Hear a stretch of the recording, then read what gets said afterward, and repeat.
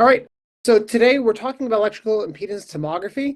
It's a relatively new technology. Some of you might be aware of it, maybe in theory or through some research, but this technology is becoming, well, I'm hoping it's becoming more prevalent in the United States. But I think more specifically for the respiratory therapists being introduced to this, understanding how we use this, maybe in research clinical applications, more so the latter than the former, but we need the research to go into clinical applications. So I'll introduce myself briefly. This is me, the guy behind the screen. I'm an assistant professor over at the College of Medicine in the University of Cincinnati. So we're separate from the respiratory therapy program. They're a remote entity. So I don't see those folks too much, but oftentimes I get asked if I work there, and I do not. I'm in their surgery and trauma and critical care department more specifically. So we do a lot of fun things with the Air Force as well. Quick disclosure, here's some of my grant and research support through the ARC, American Respiratory Care Foundation, and DoD. So I have grants with all those people to do fun research, also related to EIT. And I exclusively use a Temple medical device, and I'll be showing images of that device in this presentation. So I just want to disclose that I'm not paid by them. We buy their devices, but there are other EIT devices that are available, but they are not cleared for patient use. So the technology is the same, but I just want to make you all aware of that. The objectives for this course are as follows. I won't spend too much time with this, but I really want to give you some background on EIT, discuss EIT as the research tool and a clinical adjunct for respiratory therapists and mechanical ventilation, and then finally, how I envision personally incorporating EIT at the bedside from the respiratory therapist perspective. So when we think about these technologies, I think it's kind of interesting. So I am a respiratory therapist that did not use these devices pre-2000s. So some of you in the audience may have used some of these devices. So I think it's very interesting how we've been managing patients on mechanical ventilation for a very long time with minimal things. And, sometimes outcomes haven't got much better, especially with ARDS. However, we do evolve and we do monitor things as far as the physiology of the lung or pressures we're giving to the airway, so on and so forth. So I like to look at this through an evolution. So when we introduce all these new technologies, it's always good to reflect on the past. So over here in the 70s, we have an old servo, and we have analog gauges, basically, and knobs, and I think people did very well with those devices. Up here, we have an old Draeger in the 1980s, and now we start seeing the introduction of screens, right? Technology, and we're looking at scalar waveforms there. We get a little better in the 1990s, so this is an upgraded version of the Draeger, so this is the Avita 4 there. And then moving on to the 2000s, I feel like we begin to take findings from the late 90s and applying them to a more physiological focus. So we're understanding things with ARDS, for example. We're understanding that tidal volumes do bad things and high plateau pressures also do bad things, but how else can we monitor what's going on physiologically that might be tangential to the lungs? So NAVA comes around in the 2000s, and I think it's a great technology and made a lot of kind of headway with synchronization and understanding how worker breathing is occurring or how the patient's interacting with the ventilator. And now-ish, we have EIT. So again, electrical impedance tomography. And we're getting the luxury of imaging at the bedside. However, it's an estimation, I will say that, and but in practice, it works fairly well. So here on the nowish section, this is what we're going to be looking at, a lot of blue blobs. So these aren't Rorschach tests. This is not a psychological evaluation, but it might look like that. However, we have used non-ventilator tools throughout practice, and you can tell by the age of these pictures, we've been considering lung ultrasound to assess different pathologies or presentations for our patients without the use of maybe X-ray, for example. So I feel like POCUS is becoming a tool for the respiratory therapists, which we're not discussing here, but the trend with POCUS and EIT is kind of catching up a little bit. But this is also a great skill for respiratory therapists to have and how we can monitor lung physiology beyond the ventilator. And then, of course, we have our standards, our CT scans, we have other imaging techniques, and our good old chest X-ray. So these are non-ventilator tools that we can use to assess pulmonary conditions. However, each one of these comes with a setback, right? So we're exposing people to radiation, we're having to move them, generally tenuous and very sick patients, to a CT scanner. And then serial X-rays are not good for radiation exposure, especially over a long clinical course. So my interest in this kind of novel physiological application and measurements, especially in the context of ARDS, began with this paper here by Danny Talmore. And I had the luxury of meeting him a few weeks ago in Boston for a conference related to pulmonary physiology and kind of surrounding EIT a little bit. But a lot of people know the study. And if you don't, that's a-okay. I'll briefly cover it. So basically, Danny Talmore decided that, not decided, but wanted to compare ARSNet, PEEP FiO2 strategies to maybe a personalized mechanical ventilation strategy via an esophageal balloon or esophageal manometry. So measuring transpulmonary pressure directly and kind of partitioning the chest wall from the lungs. So trying to figure out what pressures the lung actually sees. And it was pretty groundbreaking at the time. The study was stopped because it worked really well. To kind of put it bluntly, people in the intervention arm generally had higher PEEPs, their oxygenation was better, their compliance was better, so on and so forth. However, this is criticized highly because this intervention was being compared to the low arm of the PEEP FiO2 table from ARSNet or the ARMA trial. So we might have inflated the effect size, for example. However, it is a good introduction how we might be able to think about personalizing mechanical ventilation in general, and again, in the context of ARDS. And then that's just a reference point. So this leads us to new opportunities.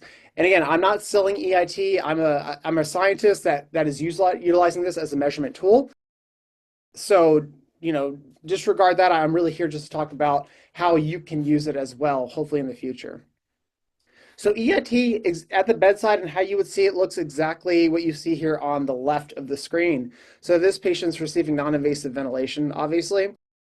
However, we're not putting an esophageal probe down someone's throat as an invasive measure. We're not exposing them to any sort of X-rays or dragging them down to CT.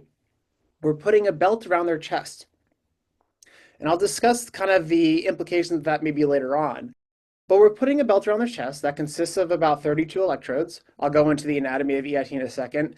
And we're utilizing a monitor at the bedside to dynamically measure and assess what's called impedance values. And impedance is kind of an estimation for aeration in the lungs. So before I go into the kind of nuts and bolts of it, I want to give you a brief background of the literature because I keep saying this is a new thing. However, it is new to us in the United States. So as far back as 1984, this application of measuring impedance values and maybe bioelectrical impedance came about. And reconstructing imaging was kind of conceptualized by Barber and Brown. And 1984 is quite a ways away from the images you're seeing there, but they were doing it. And they were able to utilize little electrodes and create an image by compiling all these pixels together and getting a dynamic image of a portion of the body, so maybe the thoracic cavity in this case. However, the publication trends for EIT, which is essentially the gauge of its application, its utility, and interest, right? It really kicked up around 2019, as with everything else in the kind of COVID era. So, 2020 to 2022-ish, a little bit of 2023. So that kind of follows a general trend for mechanical ventilation strategies or cardiopulmonary pathophysiologies. However, this trend, although this ends here, it's just going up and up and up. So this is a hot topic that I feel like RTs should obviously be aware of. So I'm going to get into the anatomy and physiology of this device, as I alluded to a little bit earlier. So with new things comes new terminology, and as if we don't have enough indices within our profession, the ventilatory ratio, RISB, all these other things that we have to remember at the bedside. Unfortunately, when something new comes in, new terminology comes about, and it looks a little wacky compared to maybe what we're used to. However, I want to introduce four terms that I will be using within this presentation. I might throw another one in there, but it won't be too often. And variables that I'm interested in my research. So over here on the top, there's end expiratory lung impedance. So Z is what we use for impedance. We could just say I, but let's just make things difficult. And that's generally measured on a global and regional scale within the lung. So you can partition the lung and look at different quadrants, be it from ventral or dorsal to ventral, ventral to dorsal, and left to right. We also can consider those regions of interest within our research. So we focus on a specific area and see how it changes, maybe with an intervention. And then the Z shows up again, and this is representative of global impedance. And then this is the change in global impedance. So we'll look at images later on in this presentation that will operationalize that definition. And the GI index is quite often used, and it's a derived value based on pixels and all these other things. It is not calculated bedside. However, it's used quite often in the research, and it's becoming a fairly important variable. And of course, there's more. The anatomy of EIT is as follows. As I showed you in that picture previously, this is that monitor that would kind of chill out by the bedside. And it's fairly simple. I would say there's 3 pieces here, but there's 4 pieces. So there's 2 of these belts that you see second from the right. There's a flow sensor that gives information from the proximal airway to the EIT device, so we can generate specific parameters related to mechanical ventilation. And this simply is just a disposable piece of equipment, as is a flow sensor, that goes around the belt, and it has a gel there for these electrodes, those black lines that you see there, to transmit their signal. And this is how the signal is transmitted. So in this image on the left-hand side here, you see what's wrapped around the patient, or the figure's hemi-perimeter. However, there's 2 of these that go around. So each of these belts in the temple device has 16 electrodes. Other devices have fewer electrodes. And how these images are generated and measured is that from these belts, these electrodes communicate. They kind of hop over one another and communicate, as you see here in the center image, to give you a dynamic image that you're seeing in the beginning, the Rorschach blobs kind of changing impedance values. So I think for a respiratory therapist or anyone who's familiar with how lungs work, we can derive that this is someone breathing in and out, and that's their lungs filling up. Obviously, things within the body have different impedance values, and these are figured out over years and years and years through animal studies and maybe cadaver studies and other human studies. And so, bioelectrical impedance is not a new thing. However, how we're using it at the bedside with these dynamic images is relatively novel. So here we have impedance values for the lung. So it kind of changes based on how much air is in the lung, because air has a high impedance value. It means that electricity doesn't run through it very well. And then, we have fat and stuff down here, which is often used for body composition with bioelectrical impedance, which you may or may not be aware of. So for you, let's say you walked into a room and you saw a fancy-dancy Enlight 2100 from Temple, which, again, is the only one that should be at the bedside if you're using it in clinical care. This is what you see as a respiratory therapist. And I don't want to get too off track here.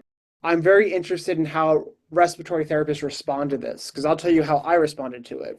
I go into the room, I put it on a patient, and I see something, and I go, well, what am I supposed to do? And I'll show you examples of how you can interpret this information, because your brain we're not trained that way. But here would be a normal image. And over here on the right side, that's the data we get from the flow sensor from the patient. So these parameters that are associated with lung inflation. Up here on the top, we have our alveolar pressure and airway pressure and flow. Down here, we have what's called a global plasmogram. And the global plasmogram provides a ton of information for just a simple line. And we as respiratory therapists understand that lines give us a lot of information compared to maybe more specific data. So here in this global plasmagram on the y-axis, we have numbers, and I'm just going to call them numbers because these are arbitrary units, meaning they really don't mean anything other than a reference point, for example. And the amplitude and the characteristics of the wave that goes through the plasmagram can give us a lot of information on the lung. So this is a global plasmagram. We can also separate that into right and left and so on and so forth. So changes in maybe lung compliance, FRC, lung collapse, which again would kind of go along with what I just said, will be indicated here. Up here in the middle, this will be a dynamic image generally, and down here, more or less a static image that's captured maybe every 3 seconds. I don't quite remember. And over here on the top left, you see RL and AP, so that's anterior-posterior distribution and right and left distribution. So this patient, these are normal values. This is what we would consider. So that's all fun and good. So what's the problem with this? Why am I presenting this information and why are we even considering it? It's the application. So we don't know how to apply EIT on a general scale, right? There's no CPG for EIT, and there's not going to be for a few years based on my background conversations, and I'm trying to lead this, and that makes sense. So, I mean, I don't want to ask questions now, but just reflect on, and I'll reflect later, if there's anyone in this room who has used EIT at the bedside, and I maybe say if one person did, that'd be very, very rare. But the application of EIT has many advantages, and these are the advantages listed that I'm going to cover in this presentation and how I want the RT to kind of perceive these things and understand it. So just briefly, PEEP titration, optimal PEEP, all the fun things that come with lung physiology and how it interacts with the ventilator. Interestingly, the VQ assessment, which might be somewhat of a surprise to you, is a capability of EIT. However, that aspect is not approved in patient use. It's only for research. And ventilator liberation down here is something I'm actively doing research on that's funded by the AARC, which I think is a very, very interesting way to use this device. So the early days of EIT, I guess not really the gold standard, but what people compared it to would be a PV loop, right? So people think of PV loops that occur, they think of PEEP titration, obviously lung mechanics and things like that, but obviously lower and upper inflection points. Where do we put the PEEP? What do we do? So that was obviously the standard of care to compare the practicality and the functionality of EIT. So in this slide, you see very early images of EIT at the bottom and compared to our normal CT scans up top. And it's very interesting if you take a look. So obviously the bright areas are where air is, right? And the dark areas are where air is not. And that correlates fairly well with this horribly consolidated lung at the top. So this is at FRC, that's at full inspiration. So at FRC, I mean, we do see air here. This isn't perfect. However, that's probably not doing much in this patient. And at full inspiration, obviously we get that tidal recruitment there, which is damaging.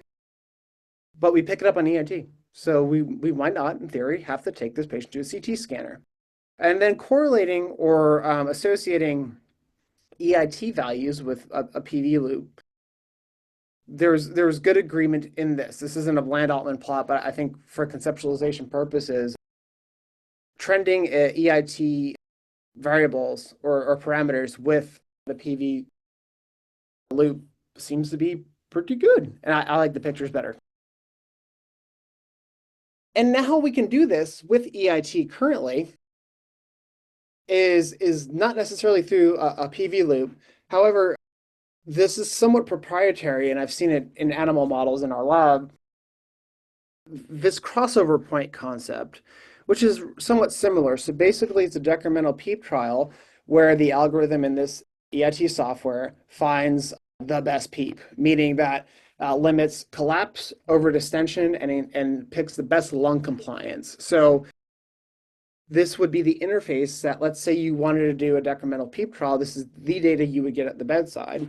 And for this specific patient here, going down for this decremental PEEP trial from 26 to 10 here, we can see that the compliance increases. So that's that orange line, peaks at 27, hits 27 a little bit earlier, right? But we're considering other variables. And hyperdistension starts going down from a higher PEEP to a lower PEEP.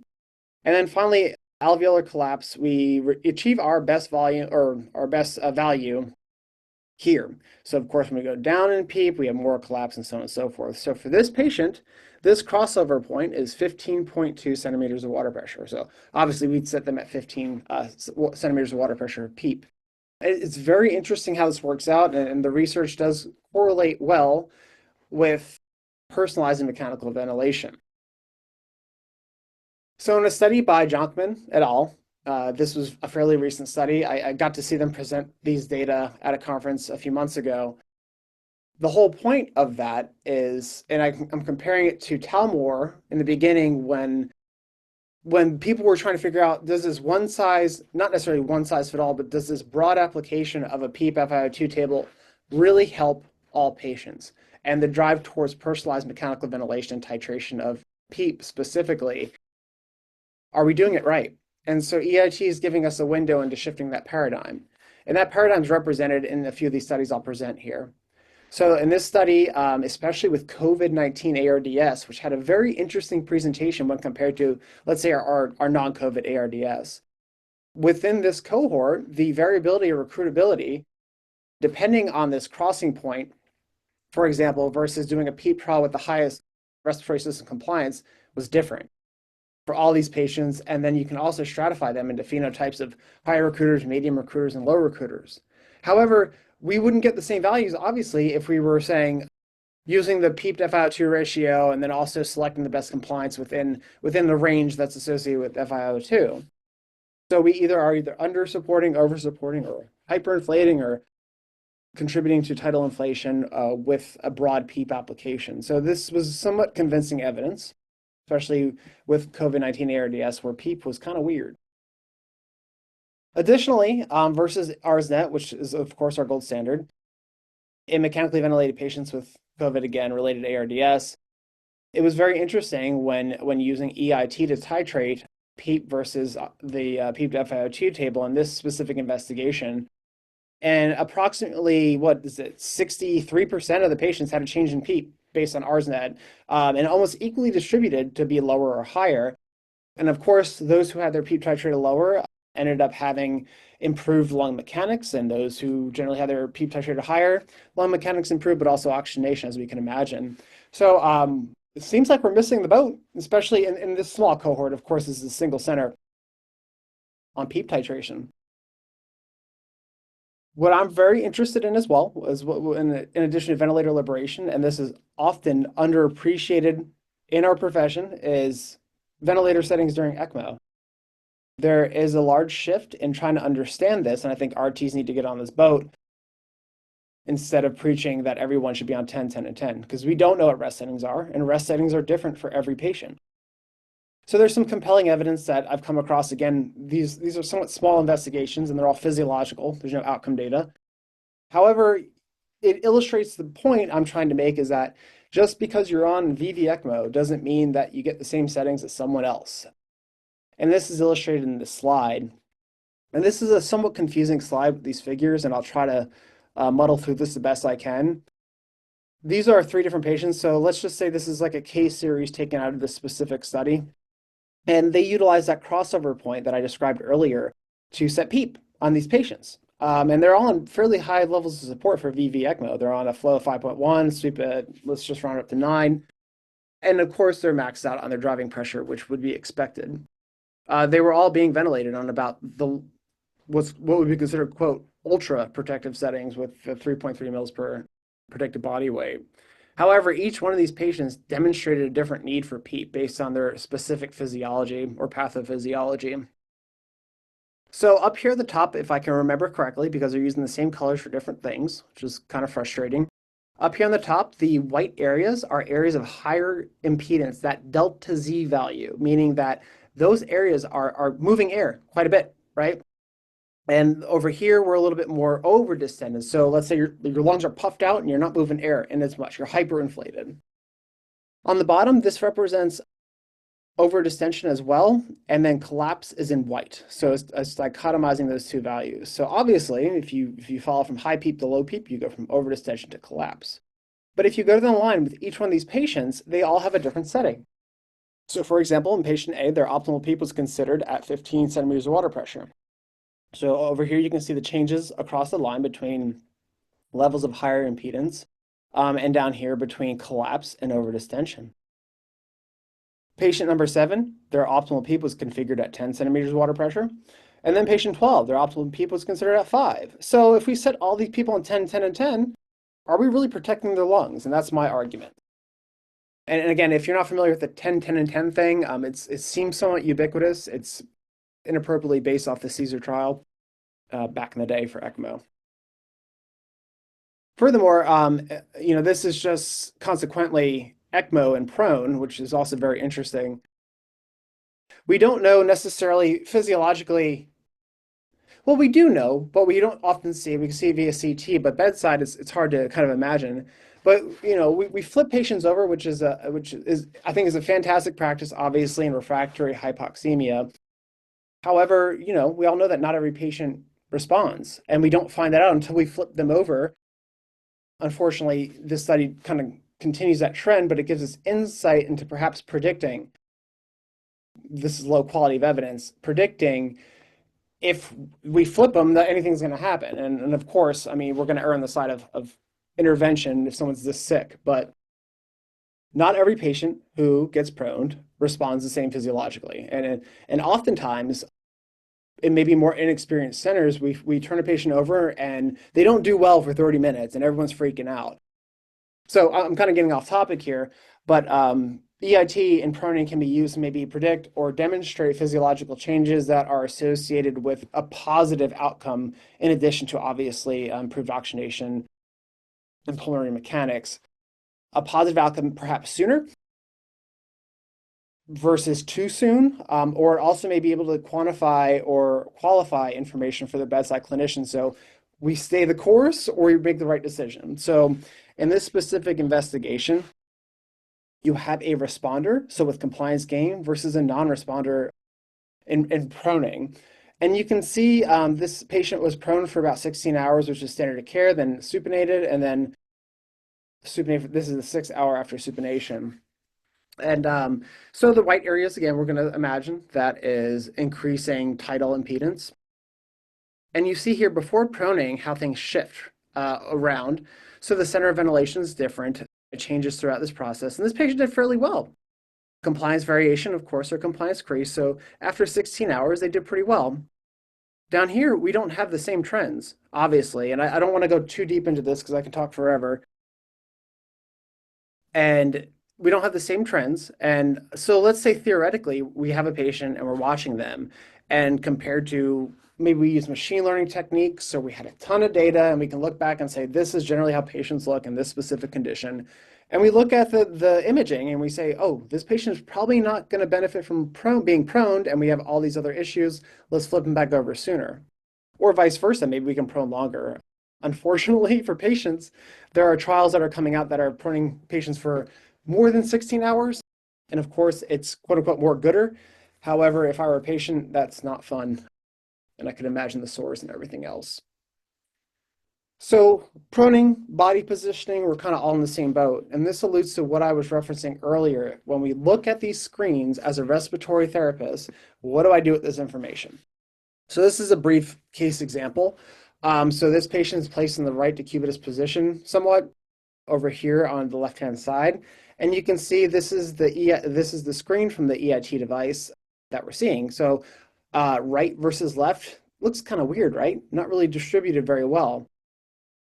When the patient was turned down with that right lung down, we see changes in their physiology or their lung physiology and mechanics via those plethysmograms that I demonstrated to you earlier. So up here, that's the right. So we go from kind of like a very low amplitude, so not much volume's going in and out of that, to a higher amplitude here. So that lung is kind of getting more air. Conversely, with the left lung, that baseline increasing is kind of like FRC increasing, and that amplitude stays relatively the same. So this intervention for this patient may have improved oxygenation while they were on non-invasive ventilation. So I think EIT maybe gives us an insight, maybe in future applications for us. We don't have to make changes with the ventilator. We can kind of take on maybe that physiotherapist role as well with this device, because ventilators, as we know, don't fix people. they sustain them or they kill them. So if we can do things in adjunct to maybe increasing pressures or doing whatever, I think it's money in the bank. So we have a patient that is not doing well, and given everything I've told you, does that look right down there in that dynamic image? I think anyone would say no. That's not how lungs are supposed to look. So in this case, this patient had a migrated ET tube. So on the right, they're getting air, on the left, and now the tube's retracted a little bit. So this gives you maybe an idea of, before we get a chest X-ray, oh, that tube's too deep, which hopefully we catch that sooner than an X-ray. And also it gives you an idea, viewing this presentation, how changes in lung mechanics are demonstrated within these plethysmograms. So this screen here I didn't show you earlier, but it can be configured as such on that device, but I'm not here to sell a device. So as watching this, you can see the dynamic image get better. So we have that one piece of information if we're not into these other data points. Over here, we have the distribution of air, which is obviously changing. Up here is our global. The top plethysmogram is our global pleth. Down here is our right, and at the very bottom is our left. And so once this tube is being retracted or whatever else may be occurring, you can see the change in the amplitude at the bottom, meaning that we're having a greater tidal impedance. All right. Another thing we can look at, aside from maybe these specific mechanics, is patient ventilator asynchrony. So I haven't used it often, but there is a way to use an asynchrony index on the Temple device specifically. However, I'd rather focus on looking at these images and identifying asynchrony. And more specifically, asynchronies that we may not be able to identify through our conventional parameters. So what do you see here when you look at these images? Do they both look okay? Does one look kind of weird? You know, I'm kind of point blank view on this. And to me, the one on the left doesn't look like they're moving air very well, versus the one on the right, that seems like normal respiration.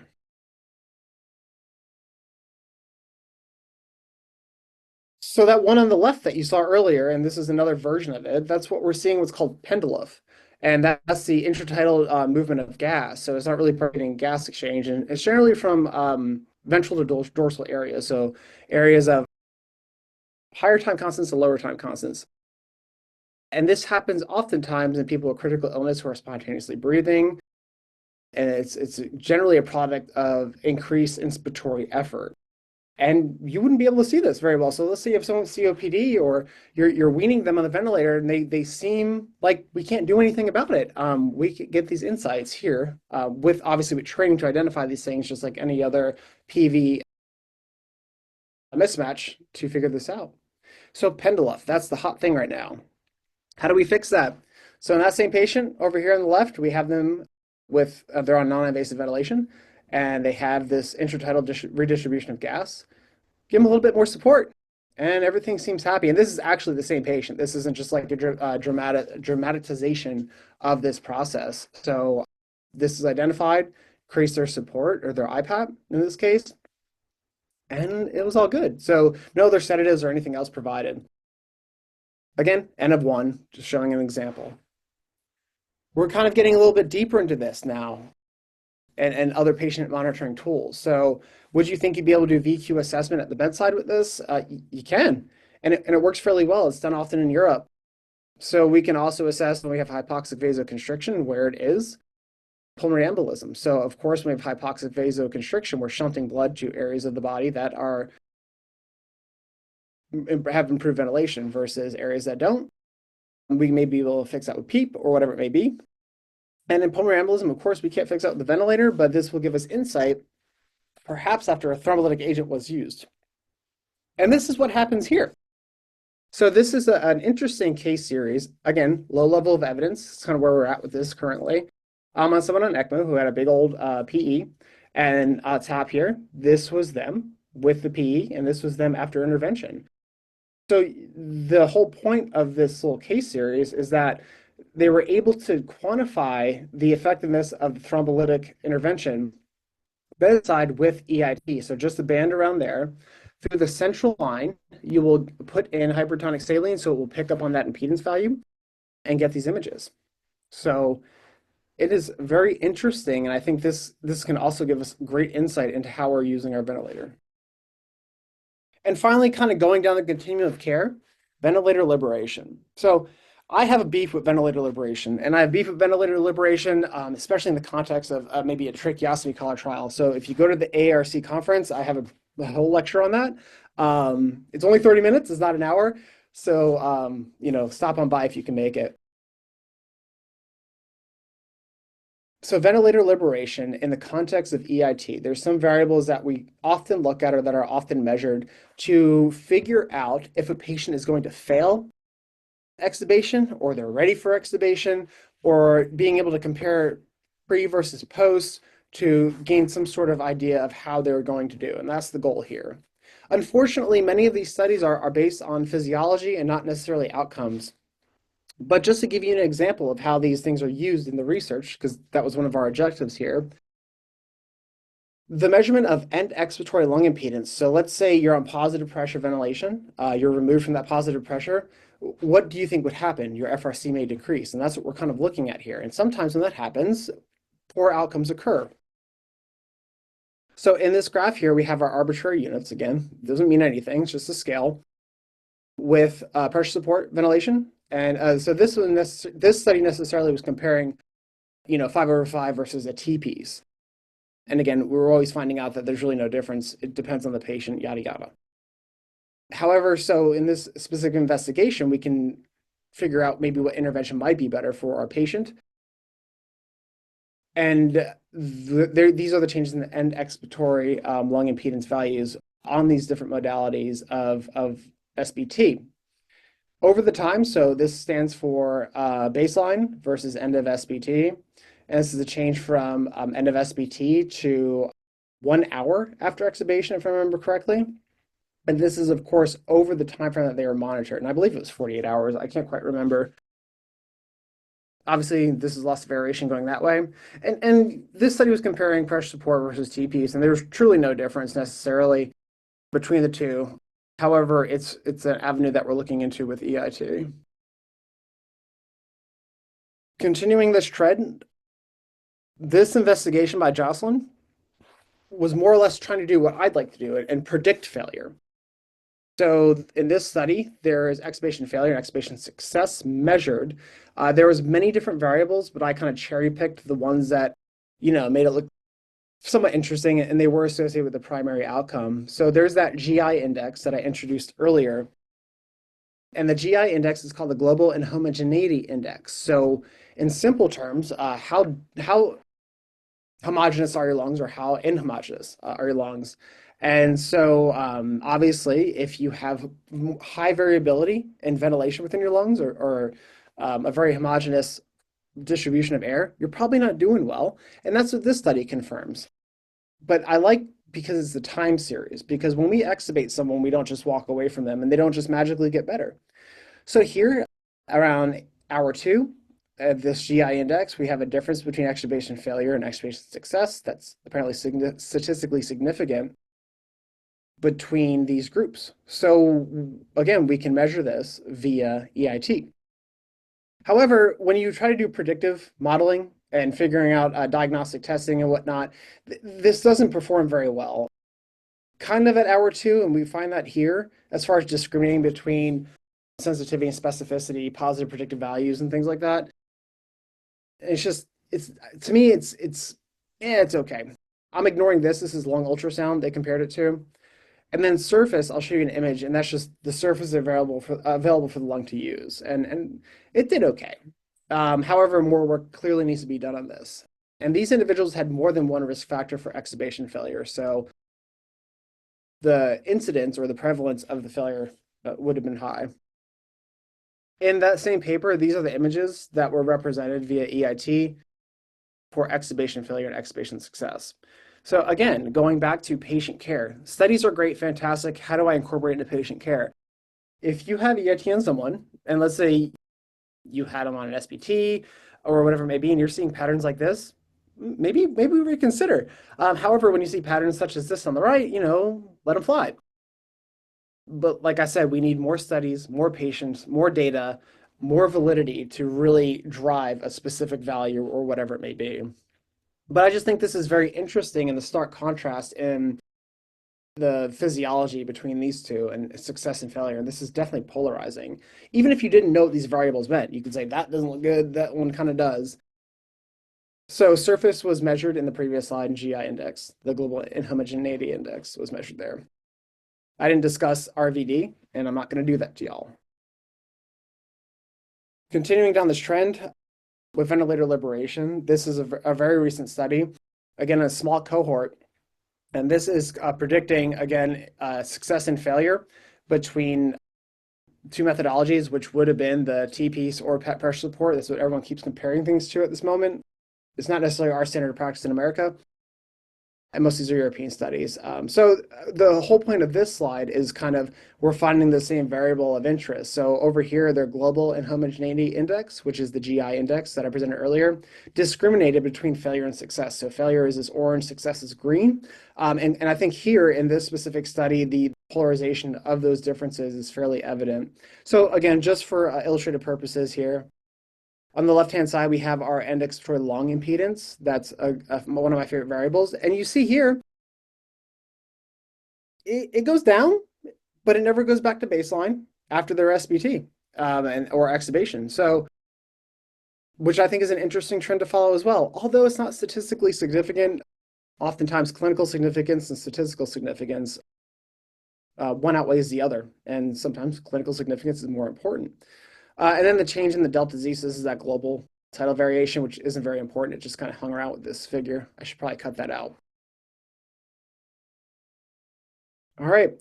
I'm going to try to make this section quick because the gist of it is that there is very limited outcome data, right? So when we're sitting here and we're like, this is neat, this is cool, but is it helping patients? Are patients living longer? Is ARDS mortality going down with EIT? And unfortunately, the answer is we don't know. It's just for some reason, it just hasn't really been a focus, but there are randomized control trials that are being developed to measure these things, and that takes time. One of which is this study right here by Costa et al. So I know these authors fairly well, and I'm not presenting them because of that. I'm presenting it because they are kind of the seminal. They developed the seminal pieces of work related to EIT. And this study was conducted during the COVID period, and it was unfortunately shut down too soon, although they still published their preliminary results. So in this investigation, they compared the low peeped FiO2 table to EIT, crossover titration for PEEP. So kind of like what Talmor did, which is also an issue with this study. And they found that there was no difference in outcomes, of course, because it wasn't powered well enough to discriminate. But patients had better pulmonary mechanics, the fewer sessions in the prone position, which isn't a bad thing. And then obviously improvements in imaging as well. So the driving pressure was better. All those fun things that can beat up your lungs were lower in that cohort. And again, based on the background of this study that I know, it could have been random variation, but it is inspiring to say the least. And I know this looks like outcome data as far as hospital survival rates, but this investigation by Su, I'm going to say, I'm sorry if I butchered that, compared PV loop to EIT PEEP titration. And just differences between groups necessarily. So those who their PEEP was guided by EIT had greater survival rates. It improved driving pressure, which makes sense, right? And then these are also patients with moderate to severe ARDS. However, the hazard ratio for hospital survival rate was 2 times higher. I guess to rephrase that, those in the PV loop arm were 2 times more likely to die. However, I can't remember specifically the issues with the study, but it wasn't necessarily a reliable estimate. And then finally, I really want to highlight the role of protocolization or developing teams that utilize respiratory therapists. So this is work out of Mass Gen, and they had a lung rescue team that utilized EIT for obese patients. And I think they had some good outcomes, good relevant patient-related outcomes. I think some of this might be hyperbolic. I'm not going to necessarily say EIT reduced mortality rate, maybe the team more of itself being so focused on helping that patient that might be difficult to work with, mainly due to body habitus in this case. However, I think it's very interesting to support that and hopefully highlight the role of EIT with interdisciplinary lung rescue team like we would have for like an RRT. And this is my goal for this. I really would like to apply this technology throughout the continuum of care. It'd be very interesting to see if it hurts or helps patients, to be honest with you. Sometimes extra data isn't helpful. But we don't know yet. So I really, upon ICU admission and in a very discrete section of patients, to patients maybe who have a propensity or a predisposition factor for difficult to manage. So let's say morbidly obese, sepsis, multimorbidity, any high indicator for development of ARDS or worsening of ARDS, slap the belt on them and let's use it throughout their process. And we'd have to figure out if we're just using it to look or if we're using it to change things.